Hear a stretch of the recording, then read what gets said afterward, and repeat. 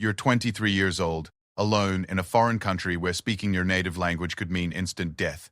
Every face you see could belong to someone who wants to kill you. Every footstep behind you might be your last warning. Every shadow could hide an enemy soldier with orders to shoot on sight. Now imagine that instead of running, instead of hiding, instead of praying for rescue that might never come, you decide to fight back. Not with an army behind you, not with heavy weapons or air support, but with nothing more than your intelligence, your courage, and an unbreakable will to survive. This isn't a Hollywood movie. This isn't fiction.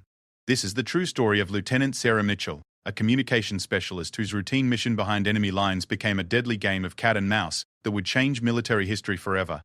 Cut off from her unit, presumed dead by her commanders, and hunted by an entire enemy regiment, Sarah made a choice that defied every rule in the military handbook. She stopped running and started hunting. What happened next would become legend among Special Forces units worldwide, but the full truth has remained classified for over 30 years. Until now. This is the complete, unedited account of how one woman, armed with nothing but her training and determination, single-handedly disrupted an entire enemy operation and turned the hunters into the hunted. The mission that was supposed to last 3 days stretched into 3 weeks of pure survival. The communication equipment that was meant to connect her to safety became the tool of her enemy's destruction. The woman who went in as a support specialist came out as something else entirely, a ghost that enemy soldiers would whisper about in their bunkers, a phantom that could strike anywhere and vanish without a trace. But this story isn't just about warfare. It's about the moment when an ordinary person discovers they're capable of extraordinary things. It's about the thin line between civilization and survival, between following orders and making impossible choices. Most importantly, it's about what happens when someone refuses to be a victim and decides to rewrite the rules of engagement entirely. Every military conflict produces heroes, but few produce legends. Sarah Mitchell became both. Her story has been studied in war colleges, analyzed by psychologists, and whispered about in military bars around the world. But the woman herself? She vanished back into civilian life as quietly as she had appeared behind enemy lines, carrying secrets that could fill libraries and scars that tell stories no words ever could. This is her story. This is what really happened when she was cut off behind enemy lines and decided that being hunted wasn't enough. She was going to start erasing them, one by one. The helicopter's rotors cut through the pre-dawn darkness like a mechanical heartbeat, steady and reassuring until the moment they stopped forever. Lieutenant Sarah Mitchell pressed her face against the small window, watching the hostile landscape roll beneath them in shades of grey and black.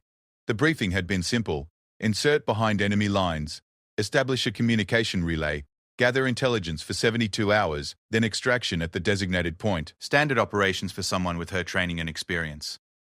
Sarah had been handpicked for this mission not because she was the strongest or the fastest, but because she possessed a rare combination of technical expertise and field adaptability. At 23, she had already completed 4 tours in various conflict zones, each one teaching her something new about survival and human nature. Her specialty was communications technology, but her reputation was built on an uncanny ability to blend into any environment and remain invisible until the job was done.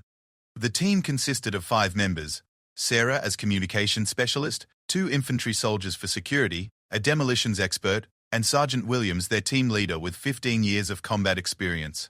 They had trained together for weeks, running scenarios until every movement became automatic, every contingency planned for and rehearsed. What they hadn't planned for was the surface-to-air missile that came screaming out of the darkness at 0347 hours. The explosion turned the helicopter into a ball of flame and twisted metal before anyone had time to scream. Sarah's last coherent memory was the sensation of being thrown through space, her body tumbling end over end as the world became a chaos of fire, smoke, and the terrible sound of metal tearing apart. She hit the ground hard, her body rolling down a steep embankment through brush and rocks until she finally came to rest in a shallow creek bed. Consciousness returned slowly, bringing with it a symphony of pain that seemed to emanate from every part of her body. Her left shoulder throbbed with each heartbeat, her ribs screamed when she tried to breathe deeply, and something warm was trickling down the side of her face. But she was alive, and in her line of work, alive was always a good starting point. The wreckage of the helicopter burned about 200 meters away, casting an orange glow across the surrounding forest. Sarah forced herself to remain still, listening for voices, footsteps, any indication that enemy forces were already converging on the crash site. What she heard instead was silence. broken only by the crackling of flames and the distant sound of her own labored breathing. She waited 15 minutes before attempting to move, using the time to conduct a mental inventory of her injuries and equipment. The shoulder was dislocated but functional, the ribs were bruised but not broken, and the head wound was superficial despite the blood.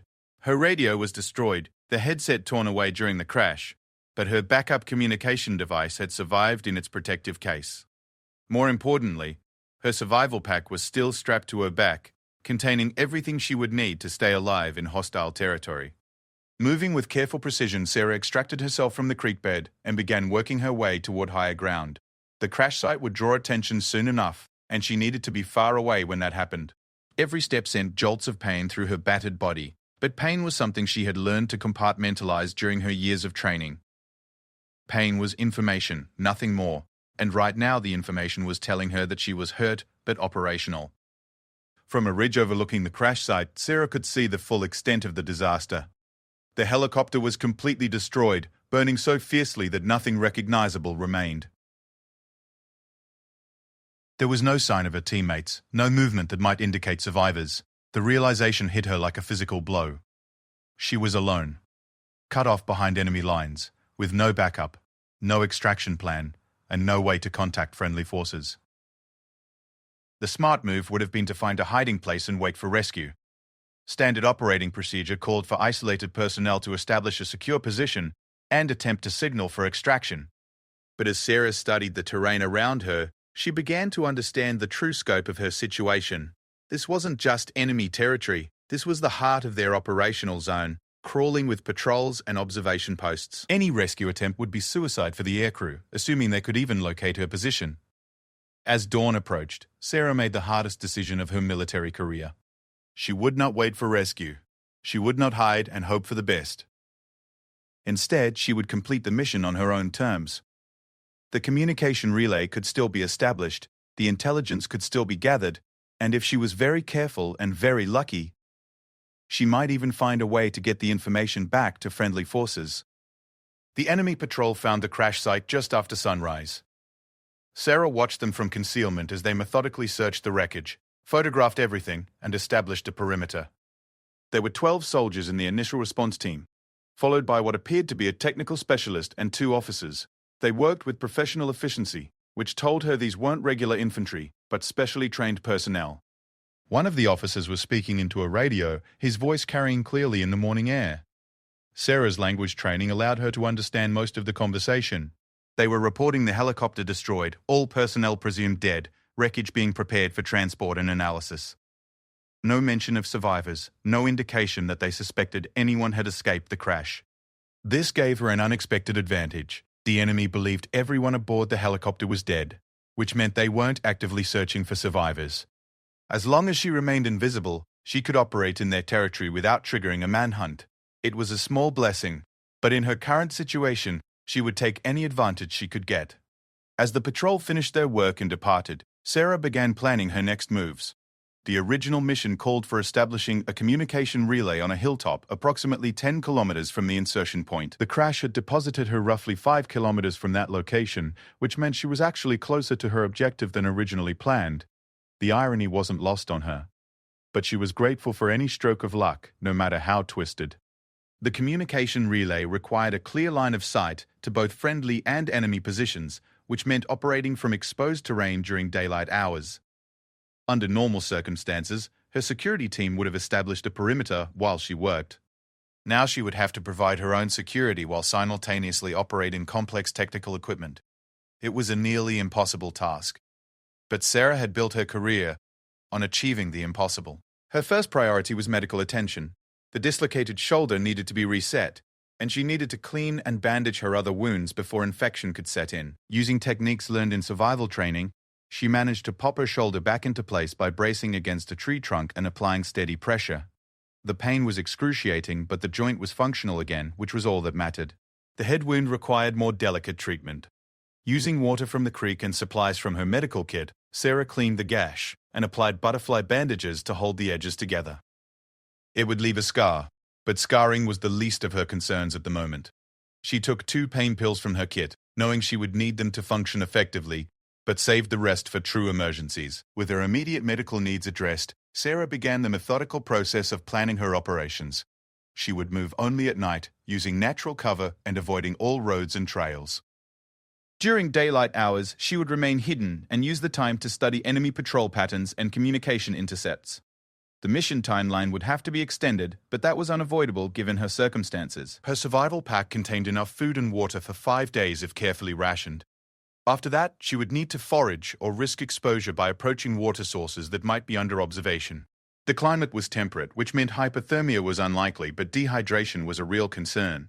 Every decision would require balancing operational security against basic survival needs. As night fell, Sarah began her movement toward the communication relay site. She traveled slowly, pausing frequently to listen and observe, following game trails when possible, and avoiding any area that looked like it might be under surveillance. The enemy clearly had significant forces in the area, evidenced by the professional response to the helicopter crash and the multiple patrol routes she had observed during the day. After 6 hours of careful movement, Sarah reached the designated hilltop just before dawn. The position was everything the intelligence reports had promised: excellent visibility in all directions, multiple escape routes, and natural concealment that would hide her equipment from casual observation. More importantly, it appeared to be unoccupied and outside the normal patrol patterns she had observed. Setting up the communication relay required 3 hours of precise technical work. The equipment had to be properly aligned, calibrated, and tested without transmitting any signals that might be detected by enemy monitoring stations. Sarah worked with the methodical precision that had made her reputation, double-checking every connection and running diagnostic tests on each component. When the relay finally came online, Sarah experienced her first moment of hope since the crash. The system was receiving signals from both friendly and enemy sources, which meant she could gather the intelligence required by her mission. More importantly, she might eventually be able to transmit her own survival message, assuming she could find a way to do so without revealing her position. The intelligence that flowed through her equipment over the next few hours painted a disturbing picture. Enemy forces in the area were far more numerous and better organized than pre-mission briefings had indicated. They were planning a major offensive operation, apparently timed to coincide with political developments that Sarah's handlers needed to know about immediately. But transmitting this information would require her to break radio silence, potentially revealing her position to enemy direction-finding equipment. It was a calculated risk that could save lives on her own side while almost certainly ending her own. Sarah stared at the radio equipment, weighing her options and considering possibilities that weren't covered in any training manual. As she pondered her dilemma, movement in the valley below caught her attention. An enemy patrol was establishing what appeared to be a permanent observation post less than a kilometer from her position. If they were planning to maintain a presence in the area, her current position would become untenable within days. Sarah Mitchell, communications specialist turned reluctant guerrilla fighter, realized that her mission parameters had just changed dramatically. She was no longer just gathering intelligence, she was about to become an active participant in a conflict that would test every skill she had ever learned and force her to discover capabilities she never knew she possessed. The war was about to become very personal. The enemy observation post came alive at dawn with military precision that Sarah had learned to respect during her years of service. Through her field glasses, she watched 12 soldiers establish defensive positions, set up communication equipment, and begin systematic surveillance of the surrounding area. They were professional, well-equipped, and positioned exactly where she needed to operate. Sarah had spent 3 days studying their routines from various concealed positions around her hilltop relay site. The soldiers rotated guards every 4 hours, conducted equipment maintenance at the same time each day, and had established a supply run schedule that brought fresh personnel and materials every 48 hours. They were following textbook procedures, which meant their behavior was predictable, and predictable behavior could be exploited. The intelligence flowing through her communication relay had become increasingly urgent. Enemy forces were massing for what appeared to be a coordinated attack on 3 separate fronts, but the timing and specific targets remained unclear. Sarah's handlers desperately needed this information, but every attempt to transmit would risk revealing her position to the enemy direction-finding teams she knew were operating in the area. Her situation had evolved into a deadly mathematical equation. She could maintain her current position for perhaps another week before food and water became critical issues. The enemy observation post made it impossible to move freely during daylight hours, and their night patrols had already forced her to relocate twice. Meanwhile, the intelligence she was gathering became more vital with each passing hour. The solution came to her during the pre-dawn hours of her 4th day in position. Instead of avoiding the enemy, She needed to neutralize the specific threat that was preventing her from completing her mission. The observation post had to be eliminated, but it had to be done in a way that wouldn't trigger a massive search operation or alert enemy commanders that their security had been compromised. Sarah had never killed anyone at close range. Her military training included combat skills, but her role as a communications specialist had always kept her away from direct action. She was proficient with weapons, qualified as a marksman, and understood tactics. But the psychological reality of taking a life was something no training could fully prepare someone for. She spent an entire day studying the observation post through her field glasses, noting every detail of their defensive arrangement. The position was well chosen from a tactical standpoint, with good visibility and multiple escape routes, but it had weaknesses that could be exploited by someone with patience and determination. The soldiers had grown comfortable in their routine, assuming their remote location provided adequate security. The guard rotation at midnight presented the best opportunity. During the changeover, there was always a brief period when attention was focused inward rather than on external threats. The soldiers being relieved were tired and eager to rest, while their replacements needed a few minutes to fully orient themselves and settle into their positions. Sarah began her approach at 2300 hours, moving with infinite care across terrain she had memorized during days of observation. Every movement was calculated to minimize noise and avoid silhouetting herself against the night sky. The techniques she employed were ones learned in training exercises, but the stakes now were infinitely higher than any simulation. Her first target was the communications specialist who operated the radio equipment during night shifts. He worked alone in a small shelter constructed from camouflage netting and local materials, isolated from the main defensive position by about 30 meters. Taking him out would disrupt their ability to report unusual activity while creating minimal disturbance for the other soldiers. The approach took 2 hours of careful movement, crawling through undergrowth and using natural depressions in the terrain to remain invisible. When Sarah finally reached the communication shelter, she could hear the enemy soldier inside adjusting equipment and maintaining routine radio contact with higher headquarters. His next scheduled check-in was at 0200 hours, giving her a narrow window of opportunity. Sarah had chosen a combat knife for the attack, knowing that gunfire would alert the entire position and trigger the kind of response that would end her mission permanently. The blade was sharp, silent, and would cause the kind of wound that could appear accidental to casual examination. She had practiced the specific techniques during training, but practice on targets was vastly different from the reality of taking human life. The enemy soldier never sensed her presence until the moment the knife found its mark. Sarah had approached from his blind spot, moving with skills learned through years of training that suddenly proved their deadly worth. The soldier died quietly, his body going limp without struggle or outcry. Sarah held him until the life left his eyes, then carefully arranged the body to appear as though he had suffered a medical emergency. The psychological impact of her first kill hit Sarah like a physical blow. Her hands shook uncontrollably for several minutes, and she had to fight down waves of nausea that threatened to overwhelm her. She had crossed a line that could never be uncrossed, transforming from support personnel into something else entirely. The woman who had approached the communication shelter no longer existed. Someone harder and more dangerous had taken her place. But there was no time for self-reflection or moral consideration. The dead soldier's radio was scheduled to make contact in 40 minutes, and Sarah needed to either answer that call convincingly or ensure that his silence could be explained. She chose the latter option, carefully sabotaging the radio equipment to create the appearance of technical failure while gathering every piece of intelligence she could find. The enemy communication protocols were more sophisticated than her briefings had indicated, using code words and authentication procedures that would have been impossible for her to replicate. The soldiers' personal effects revealed details about unit strength, morale, and operational planning that her handlers needed to know immediately. Most importantly, she discovered references to something called Operation Red Dawn, apparently scheduled to commence in less than 72 hours. Sarah spent 20 minutes examining the enemy equipment and documentation before beginning her withdrawal. The body would probably be discovered during the next guard rotation, but she had arranged things to suggest accidental death rather than enemy action.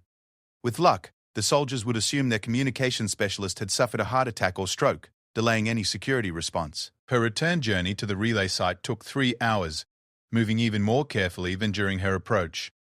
The success of her first operation had given her confidence, but she understood that overconfidence in this environment would be fatal.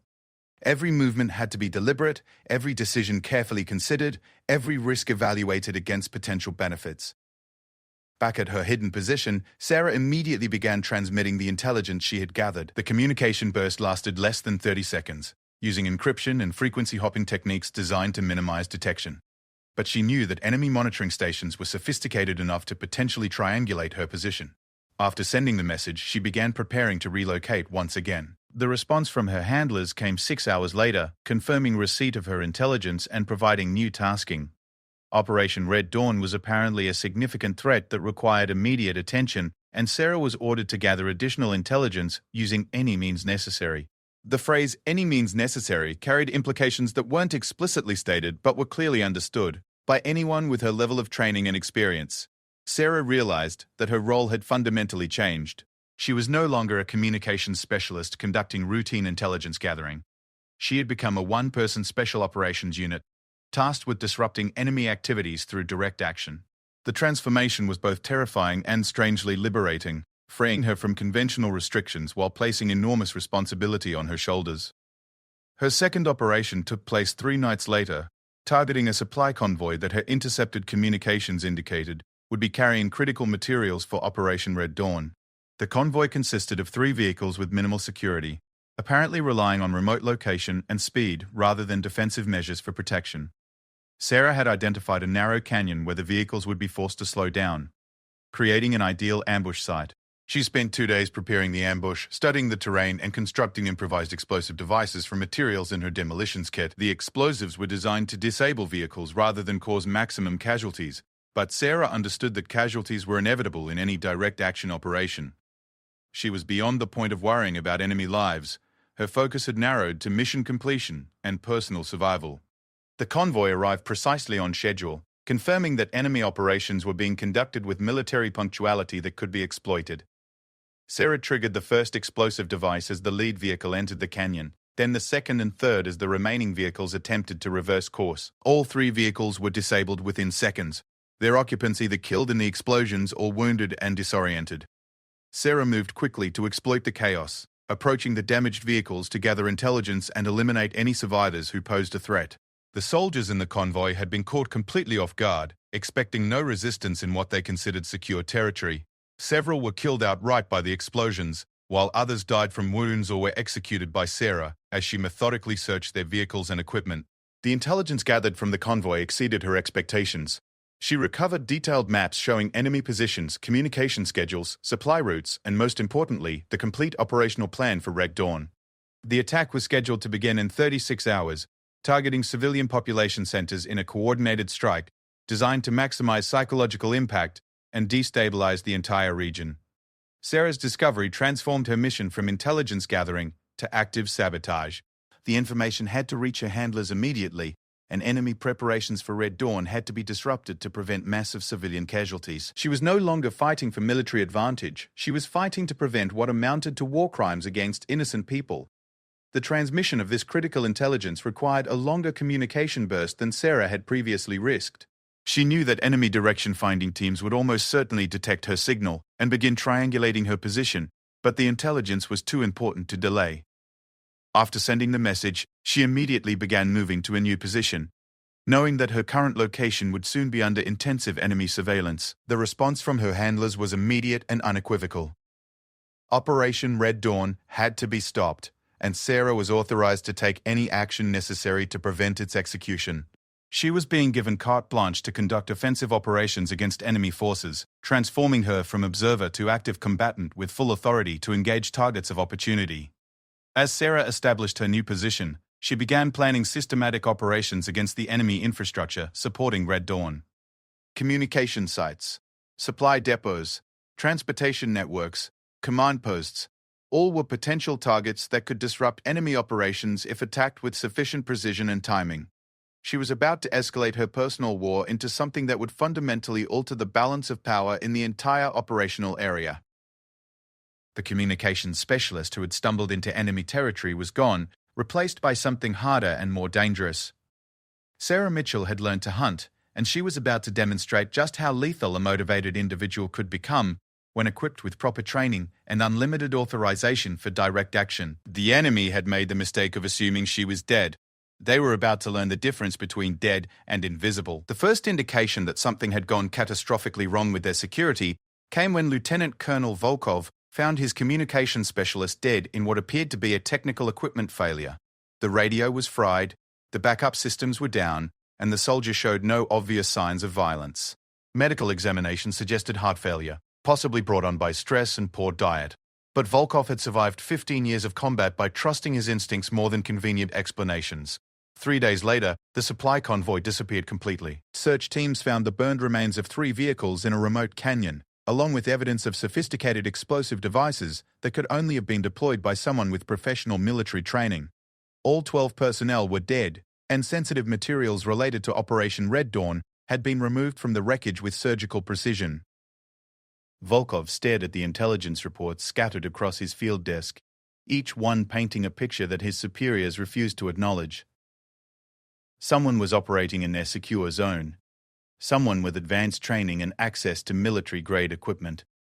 The helicopter crash had been assumed to be a complete loss with no survivors, but the evidence suggested otherwise. At least one person had escaped the wreckage and was now conducting systematic operations against his forces. The problem was that admitting the existence of an enemy operative in their rear area would require explanations that Volkov's superiors were unwilling to provide. Operation Red Dawn was too important to delay based on what could be dismissed as isolated incidents and equipment failures. The political timeline was inflexible, and the commitment of resources couldn't be altered without approval from the highest levels of command. Sarah Mitchell had no idea that her operations were being interpreted as isolated incidents rather than coordinated attacks. From her perspective, she was conducting textbook special operations warfare, disrupting enemy activities through precision strikes while maintaining operational security. The fact that enemy forces weren't responding with increased security measures suggested either incompetence or willful blindness on their part. Her third operation targeted the primary communication relay that coordinated supply movements throughout the enemy operational area. The facility was housed in a concrete bunker built into a hillside, protected by multiple layers of security and staffed by technical specialists who maintained contact with forward positions 24 hours a day.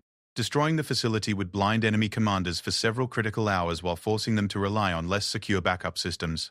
Sarah spent 5 days conducting reconnaissance of the target, noting guard schedules, supply deliveries, personnel movements, and defensive arrangements.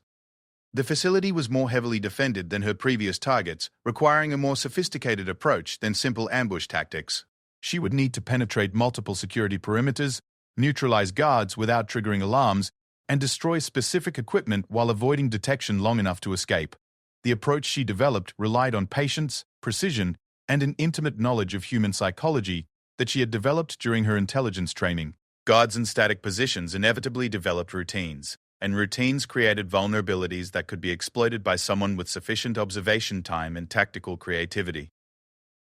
Her infiltration began at 0200 hours during a shift change that she had observed every night for a week. The guards being relieved were tired and focused on completing their duties, while their replacements needed several minutes to settle into positions and orient themselves to the current situation. During this transition period, attention was focused inward rather than on external threats. Sarah moved through the outer perimeter using techniques learned in specialized training courses that most communications specialists never attended. Her military records showed standard qualifications and assignments, but those records didn't reflect the additional training she had requested during her off-duty time. Courses in close combat, infiltration techniques, and psychological warfare had been pursued out of personal interest rather than professional requirement, but they were proving invaluable now. The first guard died without knowing he had been compromised. Sarah approached from his blind spot during a routine equipment check, using hand-to-hand combat techniques to eliminate him quietly and efficiently. His body was concealed in a natural depression that wouldn't be visible during casual observation, buying her additional time before the security breach was discovered.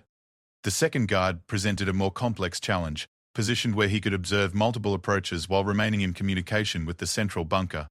Sarah waited 30 minutes for the optimal moment, then used a thrown stone to create a distraction that drew his attention away from her actual line of approach.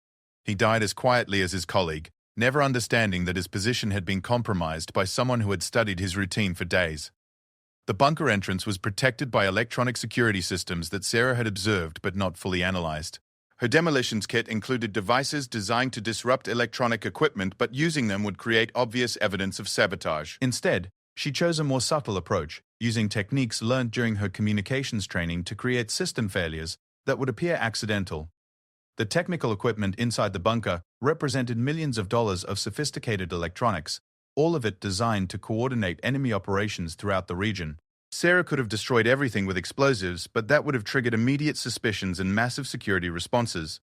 Instead, she chose to introduce subtle failures that would cascade through their systems over several days, creating confusion and communication breakdowns without obvious cause.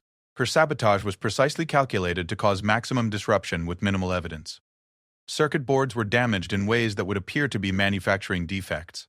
Software was corrupted through techniques that simulated random failures, and backup systems were compromised to ensure that repairs would be complicated and time-consuming. The enemy would lose their primary communication capability for days or weeks, while technicians struggled to identify and correct problems that appeared to be systematic equipment failures.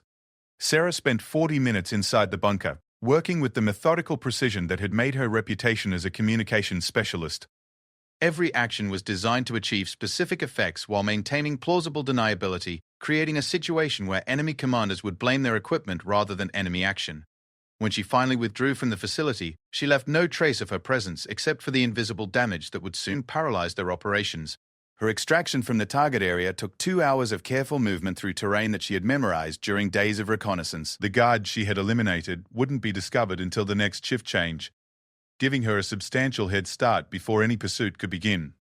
By the time enemy forces realized their communication center had been compromised, Sarah was miles away and preparing for her next operation. The effects of her sabotage became apparent 6 hours later when the primary communication network began experiencing cascading failures. Enemy units throughout the operational area found themselves unable to maintain reliable contact with higher headquarters, while coordination between different elements became increasingly difficult. The backup systems that should have compensated for primary system failures were also experiencing mysterious malfunctions that defied easy diagnosis. Lieutenant Colonel Volkov watched his operational capability deteriorate in real time as reports flooded in from subordinate units experiencing communication breakdowns. The timing was catastrophic, occurring less than 24 hours before Operation Red Dawn was scheduled to commence. Without reliable communications, the coordinated attacks that formed the foundation of the operation would be impossible to execute with the precision required for success. The technical specialists examining the communication center couldn't identify any obvious cause for the system failures. Equipment that had been functioning perfectly showed signs of random component failures that suggested manufacturing defects or environmental damage rather than sabotage. The backup systems were experiencing similar problems, creating a cascade of failures that overwhelmed their repair capabilities. For the first time since the helicopter crash, Volkov began to seriously consider the possibility that an enemy operative was conducting systematic operations in his rear area. The communication failures combined with the previous incidents created a pattern that was difficult to dismiss as coincidence. Someone with advanced technical knowledge and combat training was deliberately targeting his infrastructure in ways designed to appear accidental. Sarah had no way of knowing that her operations were finally being recognized as coordinated attacks rather than isolated incidents. From her perspective, enemy forces were demonstrating remarkable incompetence by failing to implement basic security measures or investigate obvious patterns of equipment failure. She had expected increased patrols, enhanced security procedures, and systematic searches for enemy personnel, but instead found an organization that seemed incapable of recognizing obvious threats. Her next target was selected based on intelligence gathered from previous operations and intercepted communications.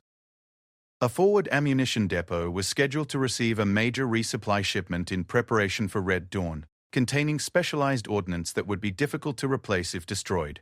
The depot was located in a valley surrounded by natural terrain features that would contain any explosions while providing multiple escape routes for someone familiar with the area.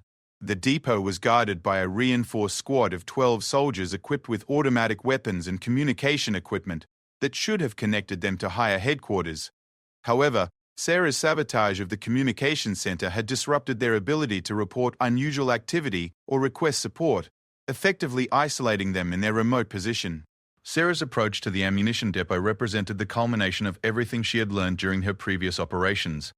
Her reconnaissance was more thorough, her planning more detailed, her execution more precise. She had evolved from a desperate survivor conducting improvised attacks into a professional special operations soldier, capable of systematic warfare against a numerically superior enemy. The attack began at midnight with the elimination of perimeter guards using techniques that had become routine through repetition. Sarah moved through their defenses like a ghost, killing silently and efficiently while avoiding detection by the remaining soldiers. Each death was calculated to maximize confusion while minimizing the chances of triggering alarms or organized resistance. The ammunition depot contained enough explosive materials to level several city blocks if detonated simultaneously. Sarah's demolitions training had prepared her to handle such materials safely, but the quantities involved required careful planning to avoid creating an explosion that would be visible for miles and trigger massive search operations. Instead, she chose to create a series of smaller detonations that would destroy the supplies while appearing to be the result of accidental fires or equipment failures. Her charges were placed with scientific precision, timed to create a cascade of explosions that would destroy the facility while making it appear that poor storage procedures had caused spontaneous detonation. The enemy would lose their specialized ordnance while investigators struggled to explain what had caused the disaster, buying additional time before security measures could be implemented. Sarah was 3 kilometers away when the first explosion lit up the night sky, followed by a series of secondary detonations that continued for over an hour. The destruction was complete and spectacular, visible from positions throughout the operational area and audible for dozens of kilometers. Enemy forces would realize that their ammunition depot had been destroyed, but the evidence would suggest accidental detonation rather than enemy action. Lieutenant Colonel Volkov stood outside his command bunker, watching the glow on the horizon, where his ammunition depot had been located just hours earlier. The series of explosions had been clearly audible even at his distance, and the continuing secondary detonations suggested that the entire facility had been consumed. Without that ammunition, Operation Red Dawn would have to be postponed indefinitely, while replacement supplies were located and transported. For the first time in his career, Volkov was forced to admit that a single enemy operative had successfully disrupted a major military operation through precision strikes against carefully selected targets. The helicopter crash that should have been a minor tactical victory had instead introduced a ghost into his operational area. Someone capable of moving invisibly through his security while conducting professional quality sabotage operations. Sarah Mitchell had transformed from communications specialist to special operations soldier through necessity and determination, but she had no idea how successful her campaign had become. Enemy forces were beginning to fear shadows and question every equipment failure, while their operational capability deteriorated with each precisely targeted attack. The Ghost War had begun, and Sarah was winning. The morning briefing that changed everything took place in a concrete bunker 20 feet underground, attended by officers whose confidence had evaporated along with their operational security. Lieutenant Colonel Volkov faced his assembled staff with maps marked in red, indicating the locations where their carefully planned operation had been systematically dismantled by an enemy they couldn't identify, locate, or predict. Operation Red Dawn was officially postponed pending a complete security review. The communication network remained unreliable despite round-the-clock repair efforts by technical specialists flown in from headquarters. The ammunition depot was a smoking crater that would require months to rebuild and restock. Supply convoys were being escorted by full combat patrols, reducing efficiency while consuming resources that couldn't be spared. Most critically, morale throughout the command was deteriorating as soldiers began to believe they were being hunted by something supernatural. Major Petrov, the intelligence officer, presented his analysis with the careful precision of someone who knew his career depended on finding answers. The pattern of attacks suggested a single operator with advanced training in communications, demolitions, and infiltration techniques. The timing indicated someone with access to their operational schedules and communication protocols. Most importantly, the method suggested someone trained in psychological warfare, who understood the cumulative effect of seemingly random failures on military organizations. The assembled officers listened with growing unease as Petrov outlined the scope of their security compromise. Their enemy had penetrated defensive positions that should have been impregnable, eliminated trained soldiers without triggering alarms, and sabotaged complex technical equipment in ways that simulated accidental failures. Whoever was conducting these operations possessed skills that exceeded those of most special operations units, combined with intimate knowledge of their procedures and vulnerabilities. General Kozlov, commanding the regional forces, had flown in personally to assess the situation and determine whether additional resources were required to neutralize the threat. He listened to the briefings with the stone-faced expression of someone who had survived political purges by never showing weakness, but his questions revealed genuine concern about an enemy who seemed capable of striking anywhere without warning. The helicopter crash that had been dismissed as a routine loss was now being investigated as a potential survival situation. American forces were known to provide extensive survival training to their personnel, including techniques for operating behind enemy lines and conducting resistance activities. If someone had survived the crash, they would have been trained specifically for the type of operations currently plaguing their security. Sarah Mitchell had no idea that her identity had been discovered, or that enemy forces were finally taking her seriously as a threat. From her current position overlooking the valley where their command bunker was located, she watched through field glasses as increased patrol activity suggested heightened security measures. The change in enemy behavior indicated that her operations were finally having the desired effect, forcing them to divert resources from offensive operations to defensive measures. Her intelligence gathering had become more sophisticated as she learned to exploit the psychological pressure her attacks were creating. Enemy communications revealed growing paranoia about equipment failures, increased questioning of security procedures, and mounting tension between officers who were being blamed for operational setbacks. The organization that had once functioned with military precision was beginning to show signs of internal stress and breakdown. The decision to escalate her operations came after intercepting communications indicating that enemy forces were planning to relocate their command structure to a more secure facility. If they succeeded in moving to a hardened position with enhanced security measures, her ability to gather intelligence and conduct attacks would be severely compromised. She needed to strike at their command capability before they could implement defensive measures that would effectively neutralize her operations. The command bunker presented her most challenging target yet. Located in the center of their defensive perimeter, it was protected by multiple guard posts, electronic surveillance systems, and reinforced construction designed to withstand direct attack. The facility housed the senior officers whose elimination would paralyze enemy operations throughout the region. But reaching them would require penetrating defenses specifically designed to prevent exactly the type of attack she was planning. Sarah spent a week conducting detailed reconnaissance of the command facility, noting every guard rotation, supply delivery, personnel movement, and communication schedule. The security was professional and thorough, indicating that her previous operations had finally convinced enemy commanders to take defensive measures seriously. The challenge would be finding vulnerabilities in a system designed by people who now understood they were dealing with a sophisticated threat. Her approach relied on exploiting the human elements of even the most professional security system.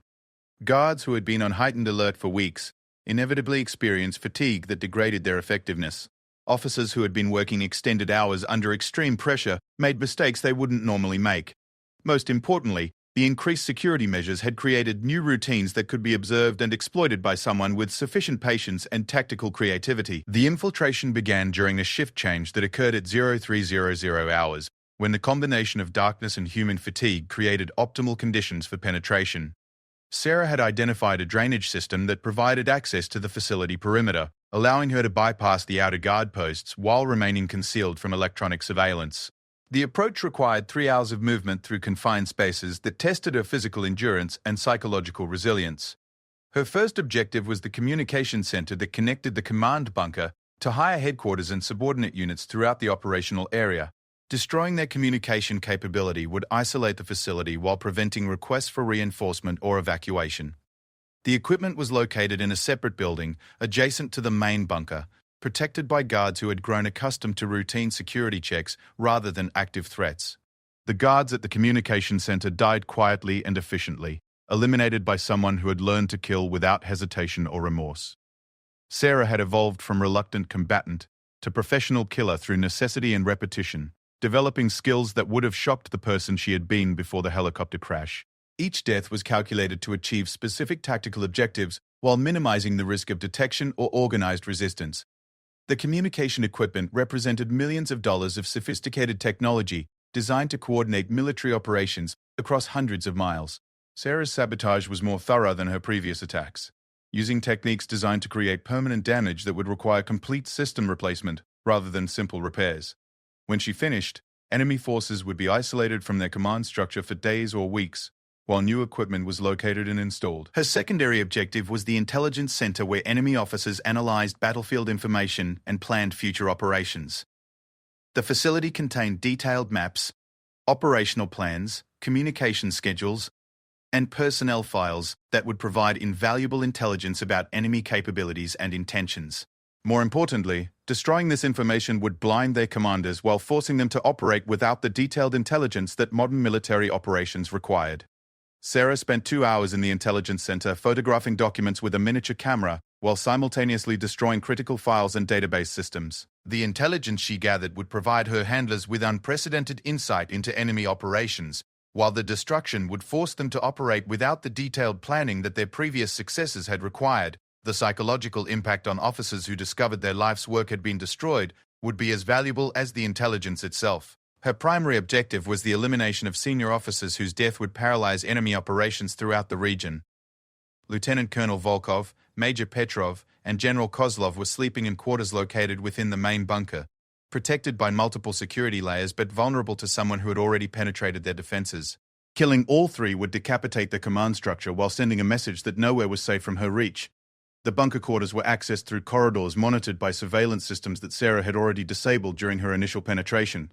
The officers slept in separate rooms protected by locked doors that presented no obstacle to someone with her training and equipment. Each elimination would have to be accomplished quietly and efficiently to prevent alerting the others or triggering security responses. Lieutenant Colonel Volkov died first, killed in his sleep by someone whose face he never saw.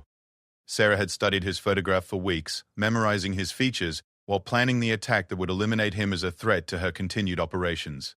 His death was professional and impersonal, achieved through techniques designed to simulate natural causes while ensuring that he would never wake up. Major Petrov presented a more challenging target, sleeping lightly and armed with a pistol that he kept within easy reach. Sarah approached his bedside with infinite care, knowing that any sound or sudden movement would trigger a response that could compromise her entire operation. When she finally struck, it was with the precision of someone who had learned to kill without hesitation or mercy.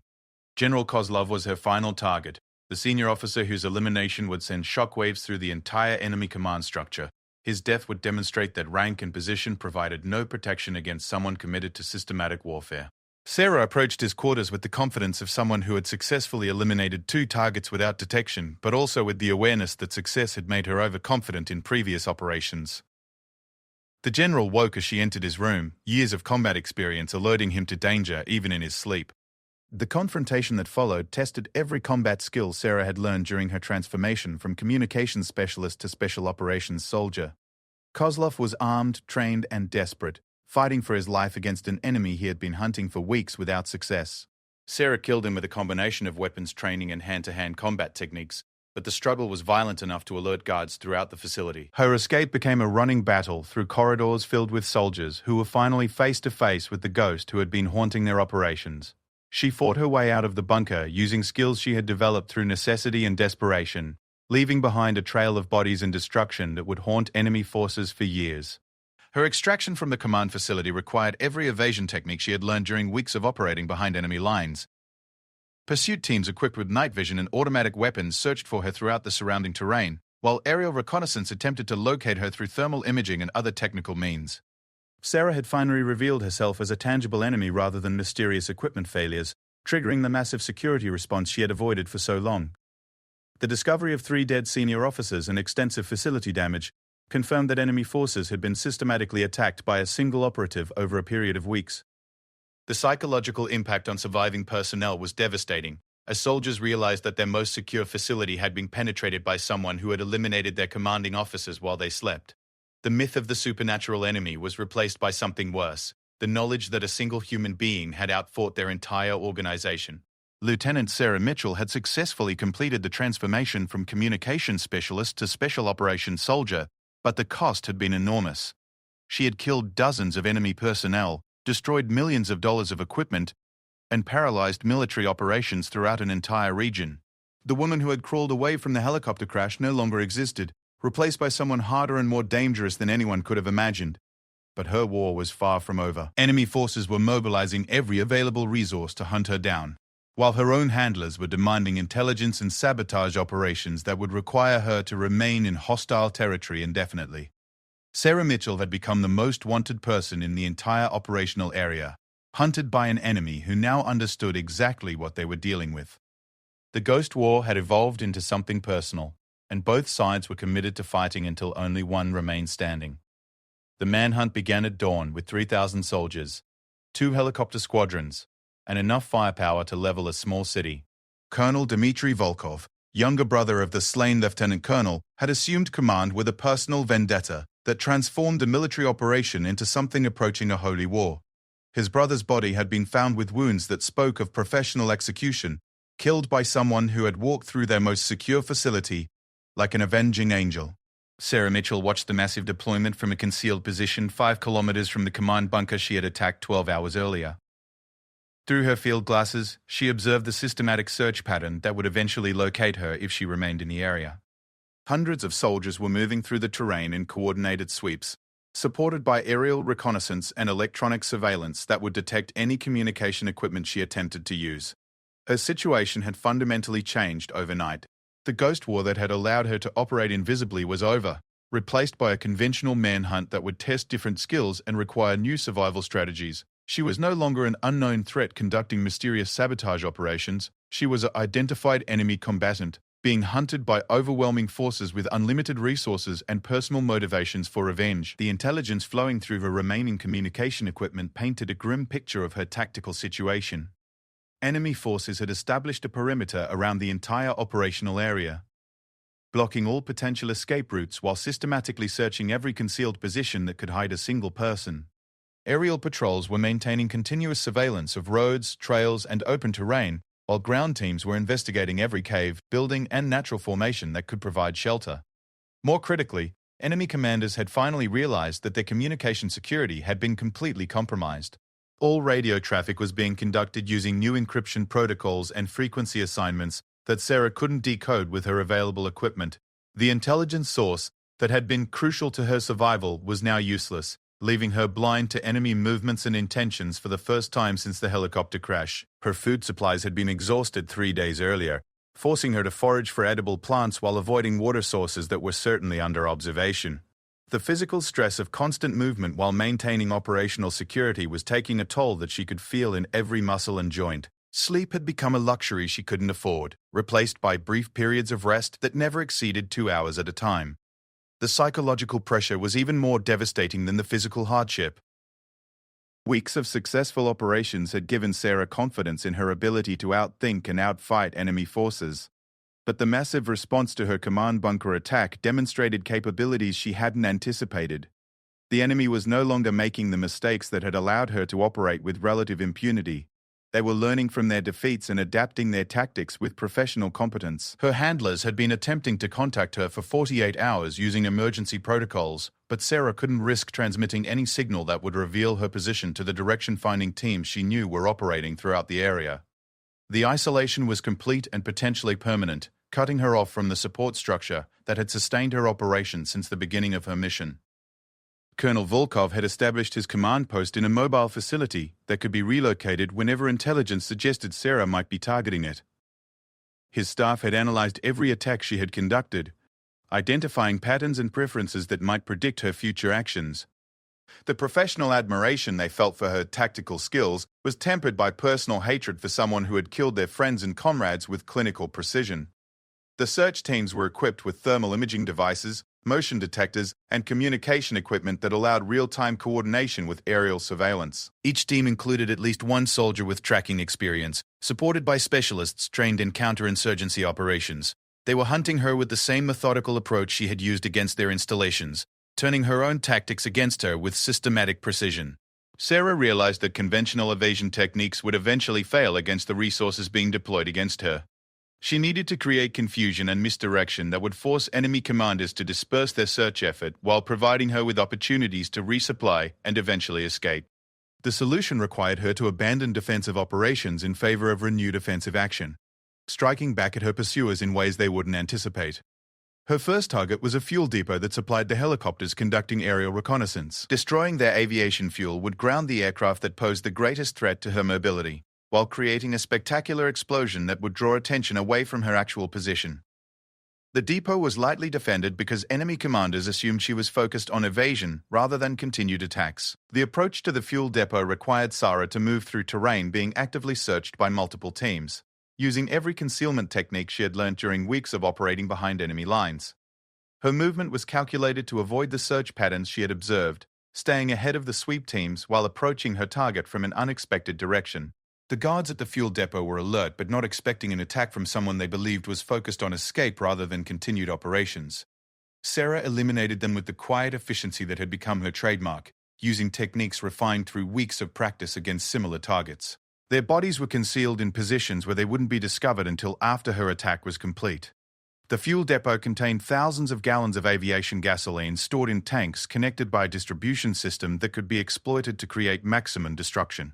Sarah's demolition charges were placed with scientific precision, timed to create a cascade of explosions that would consume the entire facility while sending a column of smoke visible throughout the operational area.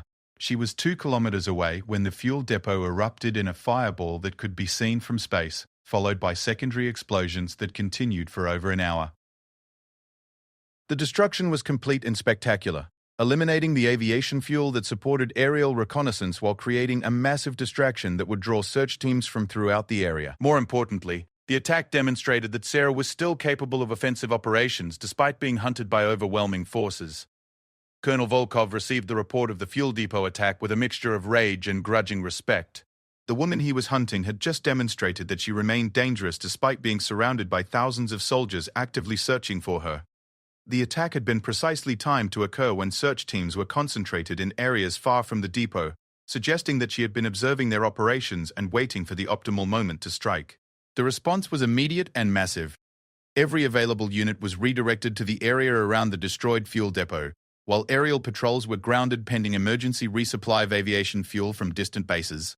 Sarah had successfully forced her pursuers to concentrate their search effort in a specific area while eliminating their most effective surveillance capability, buying herself precious time and operational freedom. But the attack had also revealed her general location, allowing enemy commanders to establish a tighter perimeter around the area where she was operating. The next phase of the manhunt would be conducted with unprecedented intensity, using ground forces alone to systematically search every possible hiding place within a gradually shrinking circle of surveillance and control. Sarah used the confusion created by her fuel depot attack to relocate to a position that had been searched earlier and abandoned as clear. The cave system she selected provided multiple escape routes while offering concealment from both aerial and ground observation. More importantly, it was located outside the search perimeter that enemy forces were establishing around the site of her latest attack. Her new position allowed her to observe enemy search operations while planning additional strikes against targets of opportunity. The manhunt was consuming enormous resources that could have been used for offensive operations, effectively achieving the mission disruption that had been her original objective. Every soldier searching for her was a soldier who wasn't available for combat operations against friendly forces. The intelligence she had gathered during weeks of operations behind enemy lines had provided detailed knowledge of their supply systems, communication networks, and personnel locations. Even without access to current radio traffic, she understood their organization well enough to predict vulnerabilities and target selection opportunities. The hunter had become the hunted, but she retained the tactical initiative through superior knowledge and operational flexibility. Her second attack targeted a communication relay station that connected search teams with their command structure. Destroying the facility would disrupt coordination while forcing enemy commanders to rely on backup systems that were less secure and efficient. The station was located on a hilltop that provided excellent defensive positions but also offered multiple approach routes for someone familiar with the terrain. The attack was conducted with the same precision that had characterized her previous operations, but with techniques refined through weeks of combat experience. The guards were eliminated silently, the equipment was destroyed thoroughly, and the facility was abandoned before enemy forces could respond to the loss of communication. Sarah had struck again and vanished, leaving behind only destruction and mounting frustration among her pursuers. Colonel Volkov realized that conventional search tactics were ineffective against someone with Sarah's training and experience. She was using their own operational tempo against them, striking when they were focused elsewhere and disappearing before they could concentrate forces for pursuit. The woman he was hunting had transformed the entire operational area into her personal battlefield, turning their numerical superiority into a liability rather than an advantage. The decision to change tactics came after Sarah's third attack eliminated a supply convoy that was carrying communication equipment intended to replace the destroyed relay station. The ambush was perfectly executed, demonstrating that she retained the ability to gather intelligence about their operations despite being cut off from outside support. She was no longer just evading capture. She was actively disrupting their ability to hunt her while simultaneously achieving strategic objectives. The new approach would abandon area searches in favor of targeted operations designed to anticipate her movements and force her into prepared killing zones.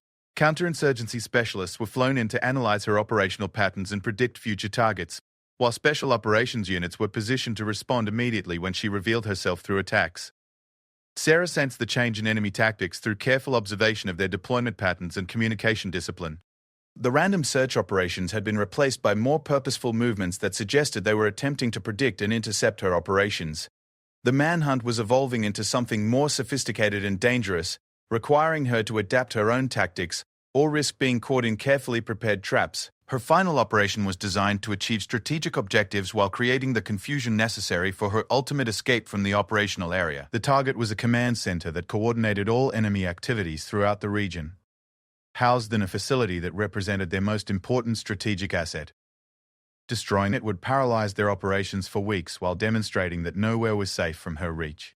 The attack on the command center required every skill Sarah had developed during her transformation from communication specialist to special operations soldier. She penetrated multiple security perimeters, eliminated trained guards, destroyed critical equipment, and escaped through carefully planned routes while being pursued by overwhelming forces equipped with the most advanced surveillance technology available.